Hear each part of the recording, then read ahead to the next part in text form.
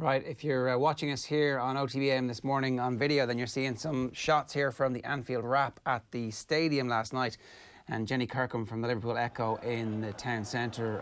Amazing scenes, really. And I don't expect anybody was too worried about social distancing last night. And after 30 years, what can you really expect? So that's a video from the Anfield wrap, and really amazing scenes outside Anfield last night. And I think we've got some back pages for you now.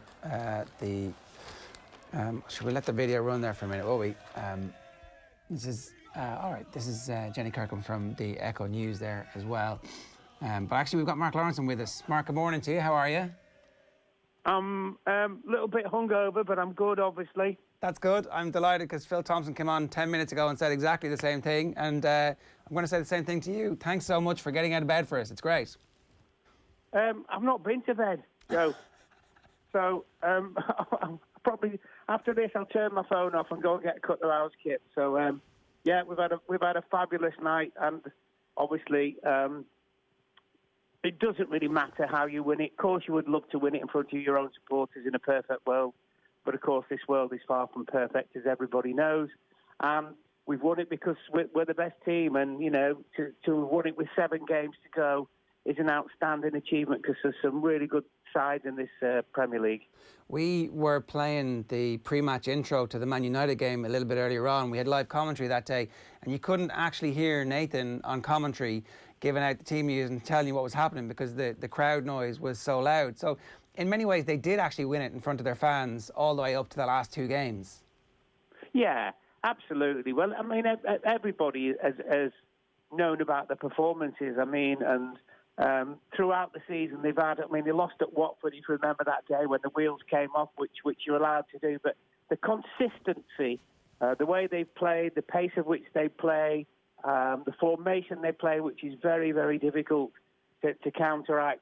And, you know, that you've seen all the supporters, I've got the telly on here, I could see them all outside Anfield last night. I mean, the police were never, ever, ever going to stop them going near the ground. And it's all light-hearted and good-humoured. So it's fabulous. I mean, 30 years is an awful, awful long time to wait. And hopefully, you know, we might even do it again next year. But it's going to be difficult.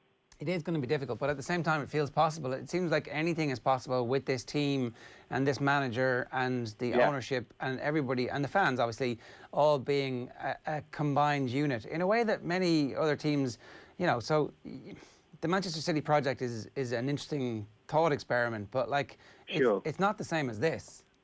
No, and I'm glad you mentioned the owners, because the great thing about the American owners is they trust the manager.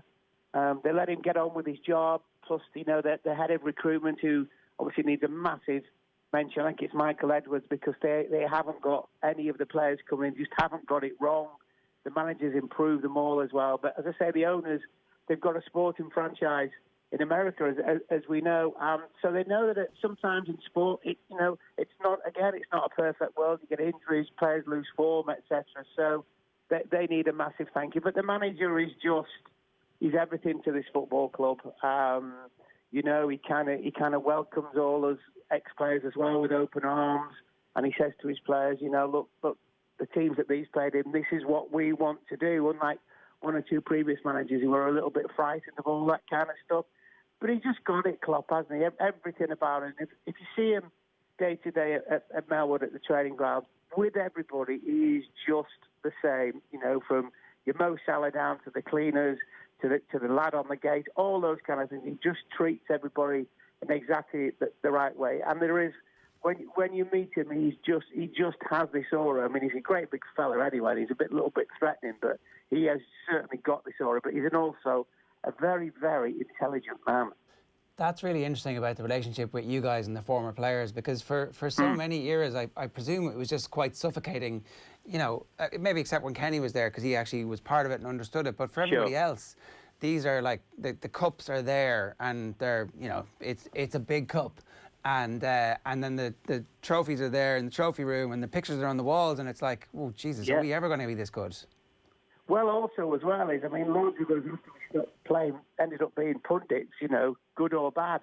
So it's non-stop if you're the manager. I mean, there was a case a while ago where I won't name the manager. He took kind of stuff out of the museum because one or two of the pundits were criticising the way that Liverpool played, etc. But Klopp's just not like that. You know, his view is, well, if you're criticising us, we're not playing it very well, etc. So, and it is a special football club, and you know, people say, well, you're bound to say that, but it just has something about it that's different from a lot of other clubs. You know, Hillsborough, Heysel, all those kind of things. It's been through an awful lot, and you know, at the moment, obviously, very, very, very successful. They've just got to kind of kick on now and keep winning trophies. And if they do, I wouldn't mind betting that they may, if they keep going, turn out to be the best bunch of players we've ever had, ever.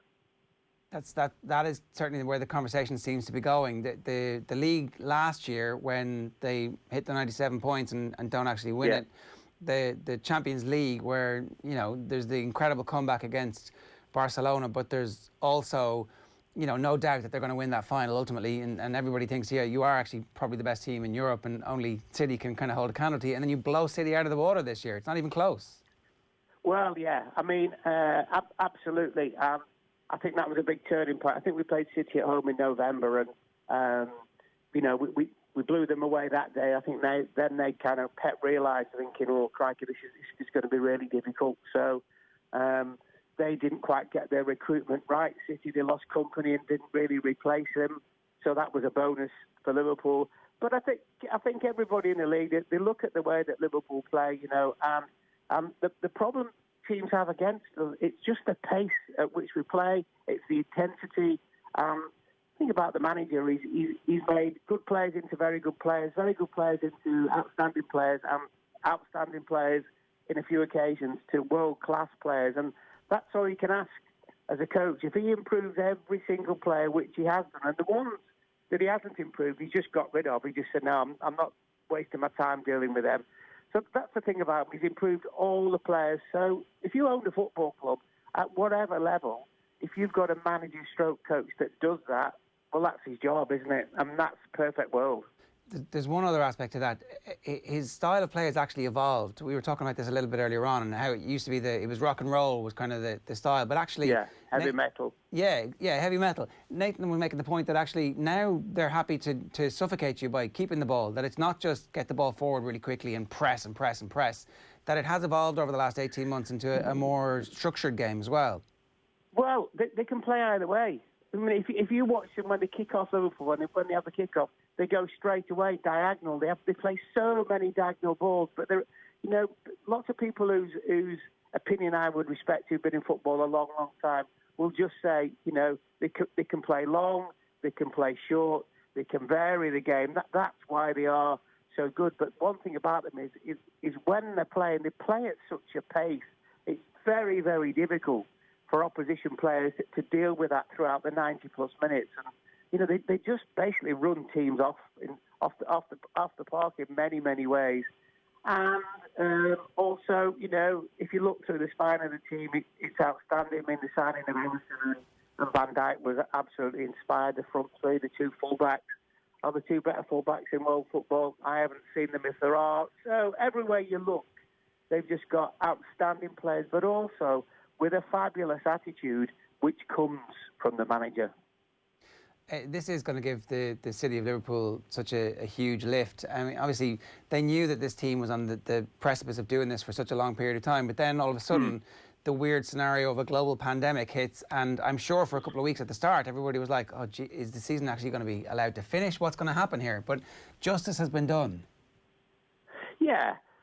I mean, you know, you mentioned the pandemic, so we've all had to kind of cope with that, and there's thousands of people, unfortunately, who've lost their lives. And I think Klopp also said that, you know, playing football was an important thing in his world, but not an important thing in everybody else's world because of Corona, COVID, etc. But yeah, there was a spell where we kind of thought, you know, they're just going to forget about the league. What were they going to do, etc. But obviously, I think everyone's delighted. Well, all the Liverpool fans are delighted that they continued to play, and I think it was the right decision as well. Yes, it's difficult because there's no supporters, but you try telling all the thousands who turned up at Anfield last night that it doesn't really matter, because it certainly does. Yeah, and the tens of thousands who showed up every week, week in, week out for the rest of the season. Yeah. Mark, Yeah. Enjoy your bed, and if there's a bit of breakfast to be had before that, enjoy the rest. It's well earned. Well, I've done nothing. I just enjoyed myself, but happy days. Well, look, you're a thought leader for all the Liverpool fans out there. Good man. Thanks a million for joining us this morning.